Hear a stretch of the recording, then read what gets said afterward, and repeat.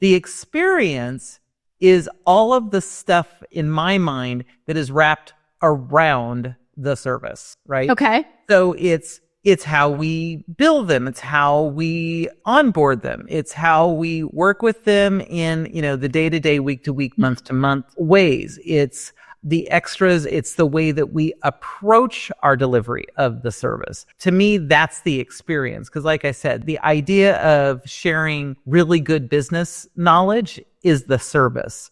The experience is how I do it versus someone else. And not that mine is better than someone else's, but it's a better than somebody else's. Are you feeling overwhelmed, stuck, or uncertain about how to grow your business without sacrificing what really matters most? Welcome to The Business You Really Want, the show for women ready to build a sustainable, fully aligned business. Aligned with what, you ask? You, your values, your life. Seriously, it is possible. I'm Tonya Kubo, and along with business advisor extraordinaire Gwen Bortner, we're here to show you how.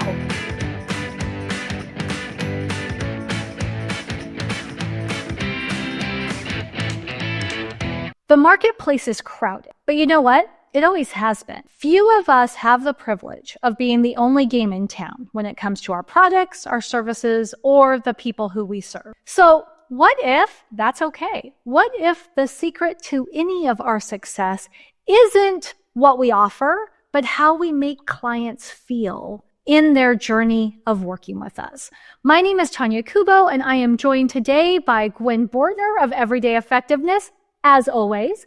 And today we're talking about something that Gwen is really passionate about, especially with her consulting business over in Everyday Effectiveness, which is client experience. Really looking at how can you have a strategy, or at the very least, a set of intentional practices that transform ordinary client relationships into making your clients your most ardent fanatic. And we're going to talk about maybe some small, meaningful touches that can create the experience so distinct that price is secondary to the value you provide. So Gwen, why don't you kick us off with maybe an explanation of the difference between client experience and client service? Well, I think, client service is obviously what you deliver, right? Whether it is what I'll call a traditional deliverable, or in my case, it's conversation, it's advice, it's all of those things.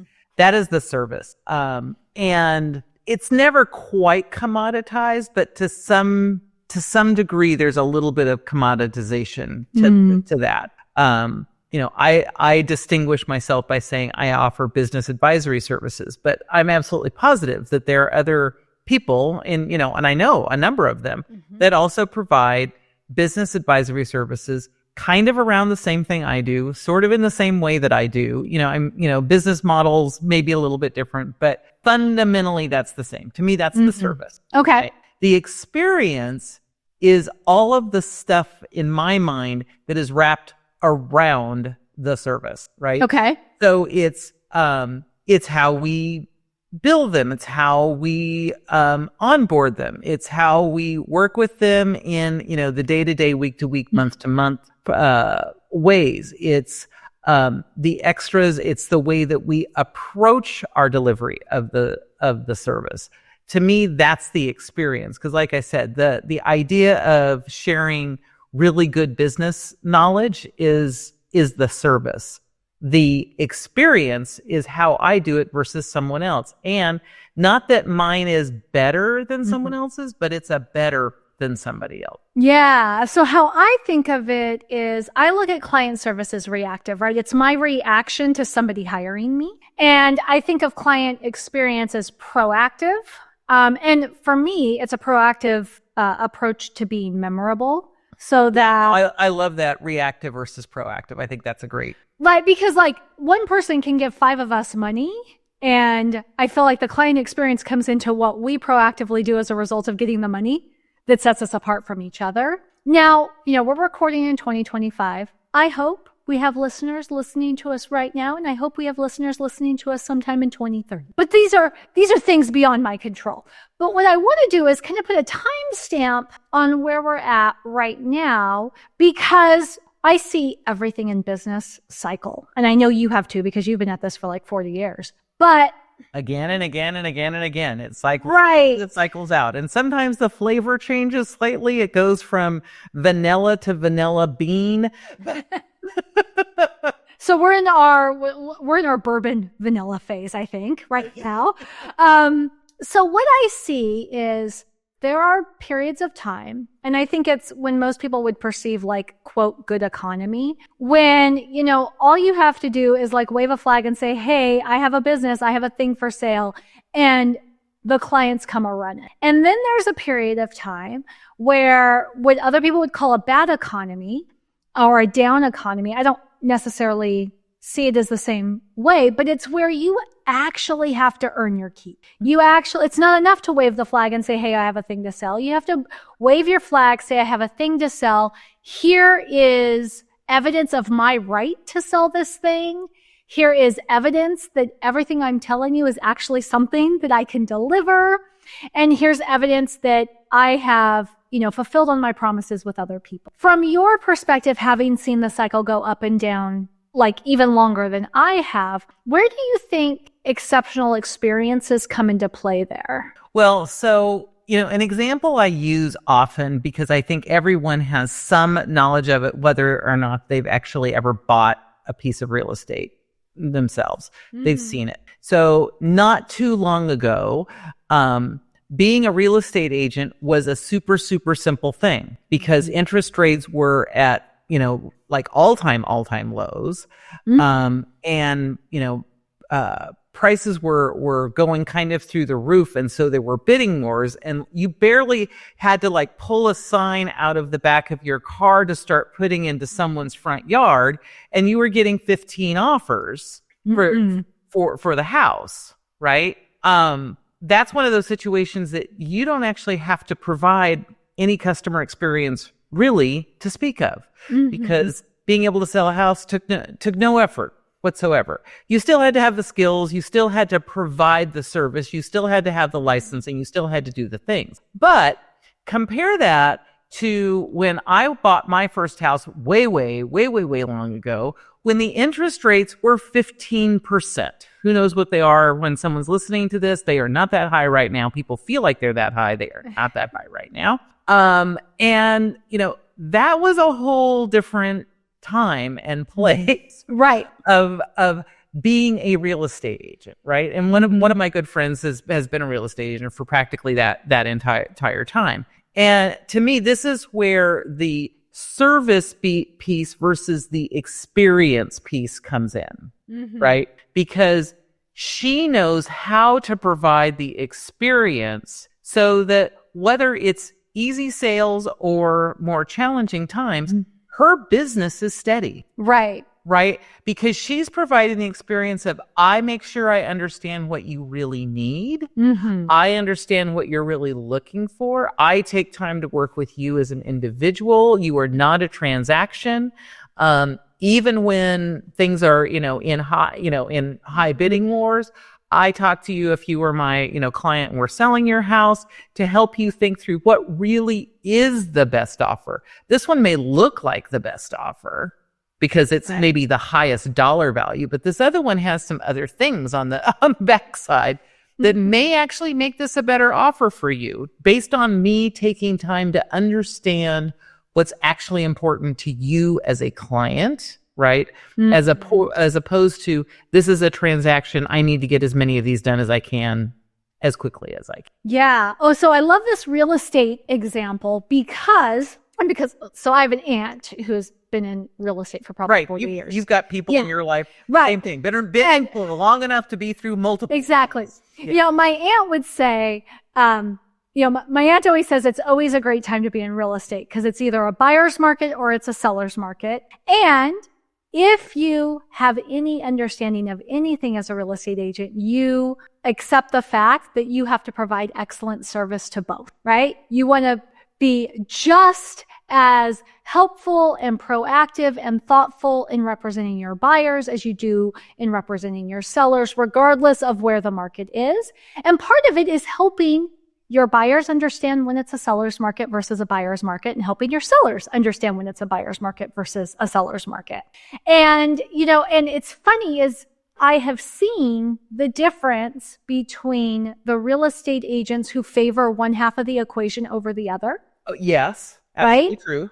And those who say, nope, all of my clients get this tier of service regardless. And even on the back end in terms of client gifts, right? Because I think sometimes there are some agents with buyers, what they want to do is they want to solidify themselves in that buyer's mind because they assume the buyer is going to buy more houses. They don't always assume that their sellers will sell more houses down the line. Because at some point you're in the house you're going to die in, right? Yeah. And so their gift giving can vary. So this is a great example. I don't know that it's going to carry us throughout the episode, but it is a great example for that reason when it comes to really thinking of client experience. Well, and one of the things you said I want to emphasize because it's one of the things my friend has talked about is the experience of working with her, and I have zero doubt about this. I have not, she's in many states away, so I have never used her as an agent, right? But the experience of working with her when you're buying your very first house, it's the tiniest house ever, it's the cheapest house on the market,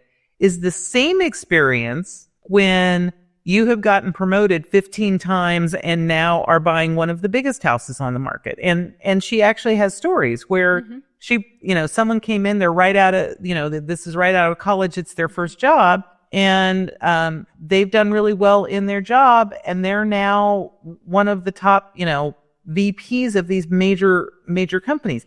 And she's given them the exact same service from day one to day whatever, right? Because it's about the experience. Yeah. So, actually, I was transaction.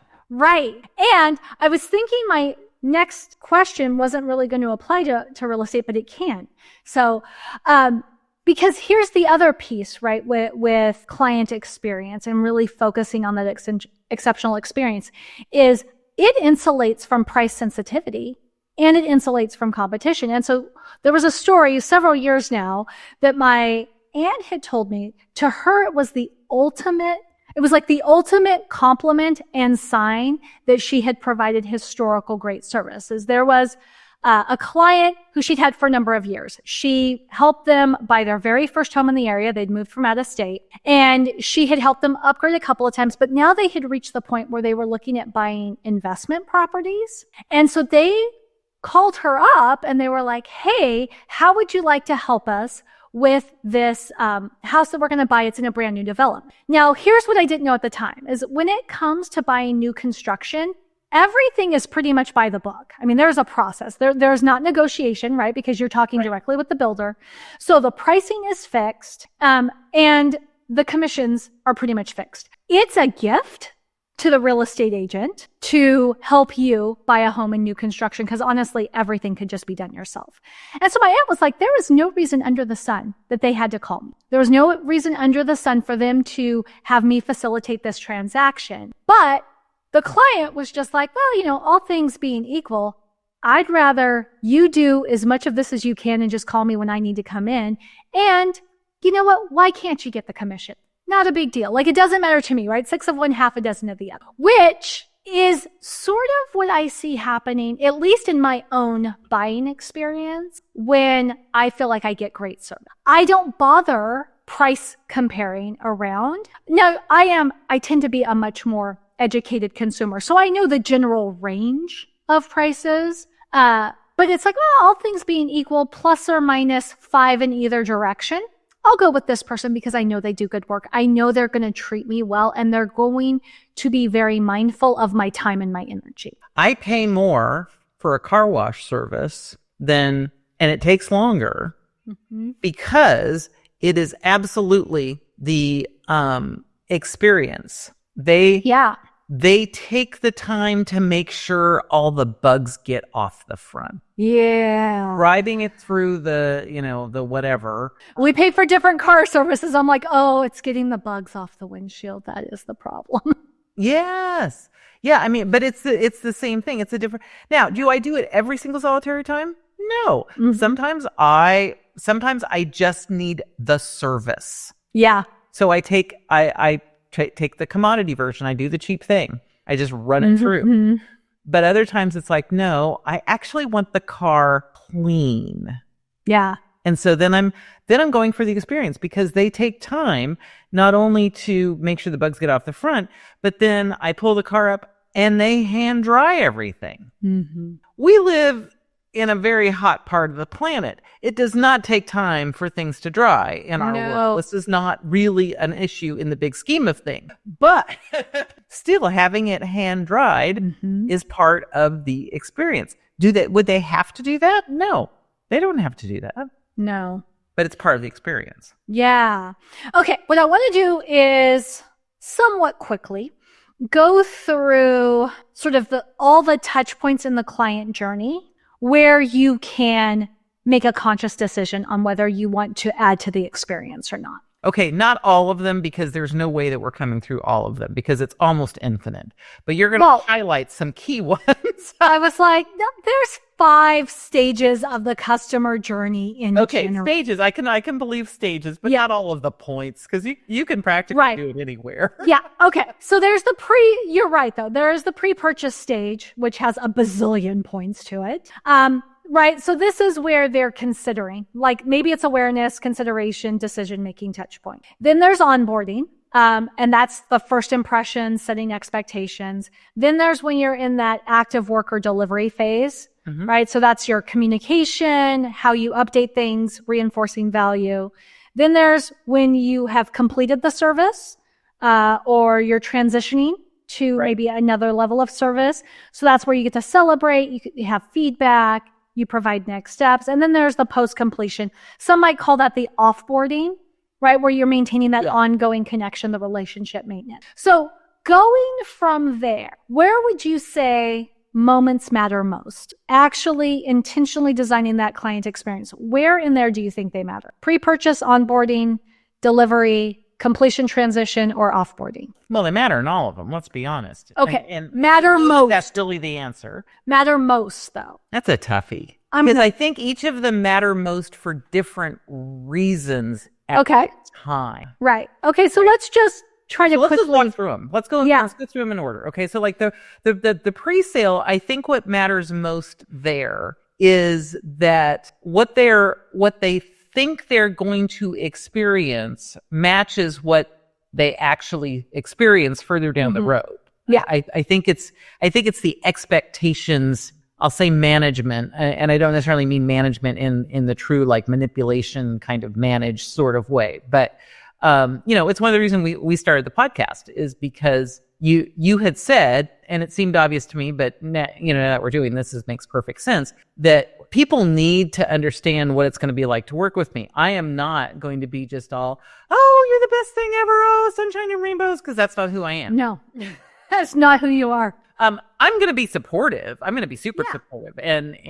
But I'm also going to challenge you, and I'm going to say hard things, and I'm going to take a different stance than maybe what most of the people either that you've worked with before, that you're listening to or reading from or whatever, are saying. And you said the easiest way is for people to experience that. And so that's part of what this is. And I think that's true. So that when someone works with me, it's like, oh yeah, talking with you actually feels like talking with you. It is not different. So I think that's the part of the experience that matters most at that stage, is that there's enough similarity that there's not any sort of a jar of like, whoa, what happened? Right. Well, and I would say, so in that pre-purchase stage, it's really about making sure that what they think they're buying is what you're actually set up to deliver. It's also just helping them make the right decision, right? It's like what you just said. If they need constant encouragement and cheerleading and every decision to be celebrated and validated, whether it's a good decision or a bad decision, you are not the person for them. You're also not the person for them if what they want is to be told exactly what to do. This is what you do, and this is the only thing that you do, right? Because you are the type of person who's always going to give them option, right? And so matters. And part of the context I can never know because it's in their head. And so if they are somebody who doesn't want options, they just, boss me around, you're probably not the right fit for them. And so in the pre-purchase phase, that's what's really important, is just helping them to know what they're getting into before they sign on the dotted line. Now, on the onboarding phase, what do you think's important there? I think this is also a managing expectations, but now it's the tactical piece of managing expectations. Yeah. Right? Of how much can you expect from the support team, from the person who's delivering? How often? What types of things? How is it going to work? I think that part of that customer experience where that onboarding really gets you clear and you're not just kind of coming in going, well, I don't know what to do next. That it's really clear about this is step A, this is step B, this is step C. This is where we're going to hand you off to somebody else. This is why we're handing it off to, being really clear about that. I think that's where that experience can be very, very different. And it also needs to be appropriate to what they're going to do.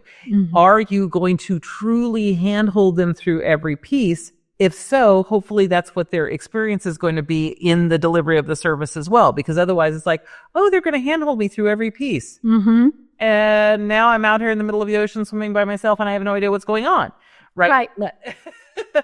That to me, that's where that experience piece matters. Back to it needs to be aligned. But I also think it is that managing of expectations of what is actually coming as part of this service. I think, for lack of better term, poor onboarding is one of the challenges with scope creep. Oh yeah, definitely. And so that's where I think the experience matters, because if that onboarding experience is strong and consistent and aligns with what the rest of their experience is going to be, I think it makes it easier for everybody. Yeah. So I think everything you just said is true and important. And I would add, in the onboarding phase, something I think that not everybody knows, and please understand that this would depend on how much the offer costs, right? If you bought a $97 template, this is not as true. Your onboarding just needs to be how you get your $97 template and where to go, like which email address to use if the template doesn't work or you can't print it or whatever other thing you expect to do with your template. But, one thing that I think people don't recognize is the higher the investment, the higher the emotional crash that comes after the point of purchase. Oh, that is a really huge insight that people do not talk about. Keep going, because yes, that is true. So I think as offers are higher, and it could be high for your market, right? Because what's a $1,000 offer to me is not the same as a $1,000 offer to you, Gwen. But that onboarding piece is really about helping to reinforce that they made the right decision, which will insulate against buyer's remorse. I mean, I don't know very many people who don't buy a car and instantly go, holy cow, did I make the right decision on the car? Now, I know people who buy new cars every 2 years and it's whatever to them, right? And they probably buy houses with the same amount of ambivalence. But most people are looking to buy a car every 5 to 10 years. And so it's really important that they make the right choice because they have to live with the consequences for 5 to 10 years. Right. Yep. And those are the individuals who I see the experience that they had at the dealership makes the biggest difference to them over time. Right? So that is the one thing I would add on there, is that onboarding part of what you really need to be looking at is how do you help minimize that emotional crash that comes after the point of purchase, and how do you reinforce that they made the right decision? Right. And you've got them no matter what. And we see this all the time. So now let's go into the active work delivery phase. So I think, obviously this is the place that everyone probably spends the most time and does the most in the customer experience piece of it while they're delivering the service. And this is the piece where, I think you also have the most possibilities, to do things. And I think that, as all things, I think there's lots and lots and lots of right answers, right? There can be gifting or reward programs. There can be bonuses. There can be, all sorts of things that are offered as part of that experience. The thing that I think we forget is, what is the piece that is the additional part of the experience that's also part of the service? Explain that, because I don't understand. So what I'm thinking about is, one of the things that I try to do as part of the experience is reinforce where there is value being delivered that they're not seeing. Yeah, that's important. Value reinforcement. Definitely. So, but that's part of the, because it's in addition to me doing the thing I'm doing. Right. But it is part of the experience to say, hey, by the way, did you notice that you have done that this has happened? And so, it's, it doesn't cost anything. No. Right. Other than another, 2 minutes out of a call or whatnot. But actually where a lot of the experience happens, because they don't often realize that this is part of the service that they're getting, right? It's the value of the service that they're getting. But the experience is saying, hey, we need to celebrate this thing you haven't noticed. Yeah. And what I would say is, in this active work delivery phase, the most important piece here when it comes to the client experience is communication. And it's one of those things where technically it's the easiest, right? Tell people what you're going to do. Tell them that you're doing it, as you just pointed out. And then and then consistently remind them what has been done. And yet this is where so many businesses fall apart. Right. Of course, it needs to be in the way that makes sense for you and your personality and what you're offering. Right. Yeah. A template is very different than a one-on-one. Right. But this is where I see businesses all the time. They nail the pre-purchase experience. They nail the onboarding, and then all the clients drop off a cliff when it comes to that delivery phase, because the communication piece is broken. And a lot of times it has to do with the team being overextended. They're so busy doing the fulfillment, they don't have time to appropriately communicate with the client about what's going on or why it's going on, or even to appropriately communicate changes. So the communication piece, I think, is like the deal breaker, but the consistent updates, the value reinforcement that you were referring to, that's like the next level. And that's really where you're setting yourself apart, because what you're doing is, first of all, you're helping them to appreciate the results that they have gotten for themselves, which they will automatically associate as the results you got for them. Even when you're really clear going, I didn't do anything other than what you hired me to do. These are the results you got through your actions, through your decisions. They will still associate it with you. So that's a really good point. The next phase, or the next step in the journey, is, that completion transition. So either they are done working with you, right? The point where they reach the end of the agreement, the end of the course, the end of the fixed term program, or they transition into a different level of service. Maybe they go up, maybe they go down. So this is also part of the experience. And, obviously the service is the service, but to me, this is a place that, you said, what is the most important? This potentially could be the most important long-term. Okay. Say more. Because it's it's potentially, and I'm going to treat it like, not that they're continuing the service, but the service is done. Okay. Because to me, the other is just a transition. It's really still active service. If we're going from, one-on-one into a maintenance program, you're still working with me. It's still the same. To me, it's really when it's the offboarding time, when we're done. Because the thing is, that's the last thing they're going to remember. That's the last experience that they're going to remember. And so even if it was going well, but somehow that went poorly, that often will have a bigger weight than any of the other experiences, which is why I think that experiential piece of it is really important, and knowing what you want them to experience, right? We talk at Everyday Effectiveness about the no guarantee, which is, you can leave at any point with practically no notice. I need to have, like kind of 24 hours. You need to have enough notice to cancel the Stripe. Right. Yeah. I got to have enough notice to actually, cancel it and have it not charge. But otherwise that's it. Mm-hmm. I'm not going to make this hard on you. You don't have to send a big, email. You don't have to make, none of this has to be difficult. And that's part of my experience process, right? This is white glove. This is not lots of work for you. Right. And I've seen it play out in a number of ways from folks who are like, yeah, I bet she doesn't really mean that. And I'm not really happy. So I'm going to give her really last notice. And then she's going to show me that she won't do it. Where it's like, nope, I'm completely okay with that. And I understand that you've made a choice not to continue, and that's fine. Me.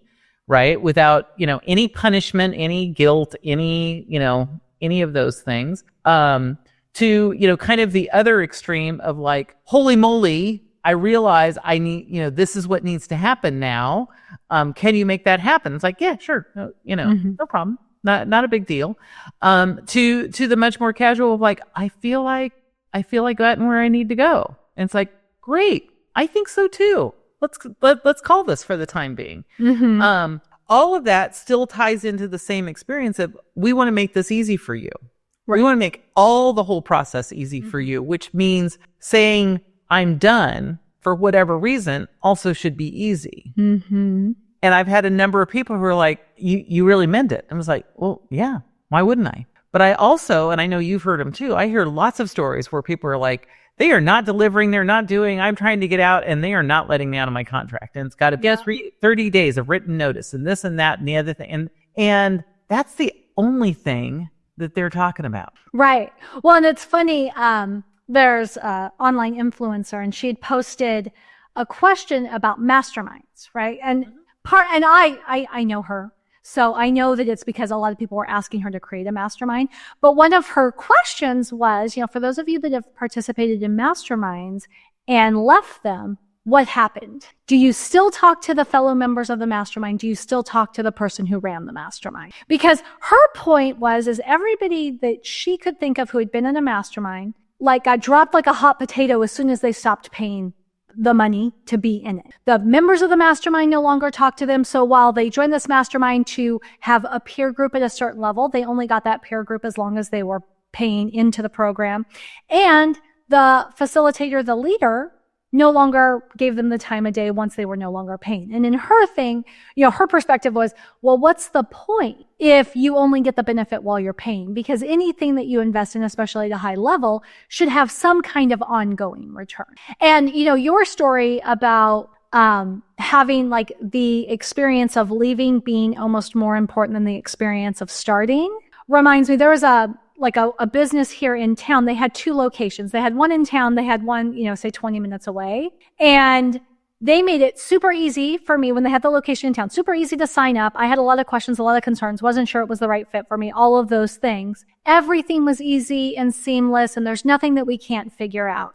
Well, they decided to close their local location, which would mean then to take advantage of their service, I had to drive 20 minutes away. So I tried really hard, and after about 3 months realized that there was no way in the world based on their hours of operation that I was going to be able to make it. So I just reached out to them and I said, this has been great, but unfortunately I can no longer do this because I just can't make it there. And they're like, yeah, that's fine. So 30 days written notice, and you have to deliver it in person. We don't accept notices of cancellation via email or mail. Meanwhile, they signed me up via email. They did everything super easy. We arranged payment arrangements via text. But when it came to cancel, I had to take half a day off of work in order to meet their timeline and their requirements, because I also could only turn it in writing if the owner was present, and the owner didn't work the full hour. Wow. Do you think I will ever do business with that company again? Right. It's never. And I think, we haven't even gotten to the last piece, but to me, this is the whole thing. Is the experience consistent? Yes. Well, and that's really the thing is, right? It all has to make sense from start to finish. It's not that you have to have these like big things you do at each stage. No. It's just, it has to be consistent. So take us into the post-completion after they've offboarded. Yeah. So now that they've offboarded, back to the same thing. what does make sense, right? And how does it line up with the rest of your experience?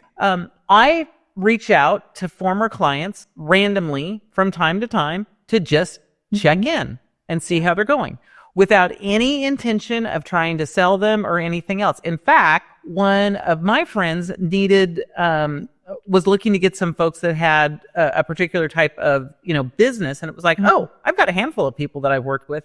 Let me reach out to them. So I reached out to all of my current people as well as all of my past people. Right. And I've had 5 people respond in less than 12 hours to say, yes, I will do this favor for your friend. I mean, it's not a big, giant favor. She needs to ask them a couple questions. It'll take about 5 or 10 minutes. Right. But of them, half of them are past clients, long past clients, not like past clients that just left like 2 months ago, but have left a year or more ago, because the experience is consistent. They know that if I'm asking, this is probably a good person, and and they're still willing to do things with me, because it's not about you owe me this or any of those other things. And so by staying in contact in the way that I stay, I'm not calling them every month. I'm not doing those kind of things, but I'm generally reaching out at least once a year and just kind of saying, hey, just, was thinking about you, want to make sure everything's still good. Yeah. Right. But that's also part of my, if we look back, that's really what my onboarding experience, right, way back at the beginning is. It's not a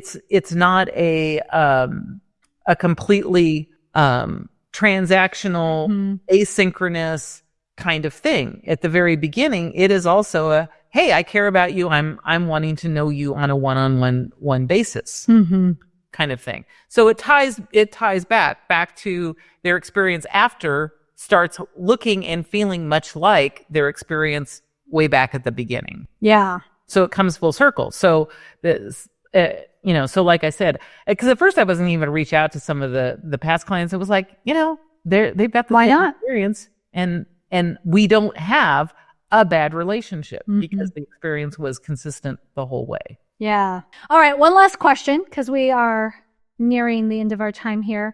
So somebody's listening, they start implementing, some of what we're talking about here. How would you suggest measuring the impact of client experience efforts? To me, there are 2 ways. There are obvious ways. The first is referrals, right? Because if people are getting a good experience, they will refer to other people who think that they will appreciate that experience. And then the other is lifetime client value. Okay. And different folks will do it different ways. We've had some programs historically that are annual renewals. So, you've got a year, whether or not they're having a good experience or not. But the question is, are they renewing? Are they renewing 1 year? Are they renewing multiple years? What's happening there? Most of our clients and all of our products at this point, we're selling month to month. And when I talk with people who often had programs, they're like, but you don't have, what's your time frame? And when I tell them, and I don't have it up right this second, but we did it a few episodes back. It's around 30 months. Yeah. Right? No, it is. It is. Yeah. Give or take. It's around 30 months. And people are like, say what? That's like 2.5 years. And it's like, Because believe it or not, when you give people a choice in working with you, they don't usually choose not to work with you if you do good work. Well, and the thing is we have raised that over time. And part of that is because we can get feedback faster, right? And so if people are not renewing, why not? That must be that something is out of alignment, and we can make that adjustment to fix that. But if they're only renewing once a year, we don't know until the year is up whether or not we're in alignment. Yeah, exactly.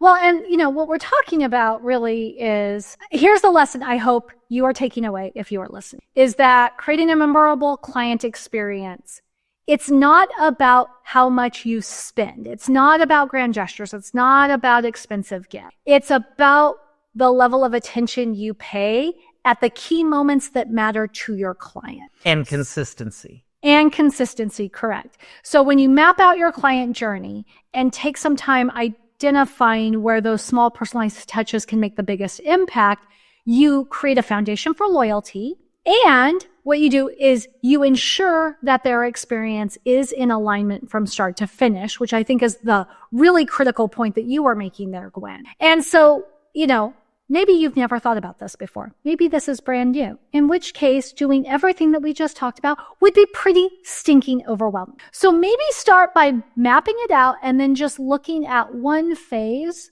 of your client journey this week and look at what one thing you could do to elevate the experience there and see how that fits in with everything else you're doing with your client. Now, I am just going to push pause here for a second and say, if as I'm speaking right now, you're realizing that burnout makes this feel your 1000th task to do today and will definitely impact your ability to create memorable client experiences, then what you need is our assessment and action guide called Breaking the Burnout Cycle. It will help you identify your natural strengths, pinpoint where your current business model is working against you, and provide a step-by-step plan to transform your business while supporting your well-being. It is free, and you can head over to thebusinessyoureallyWant.com/burnout to download your copy today.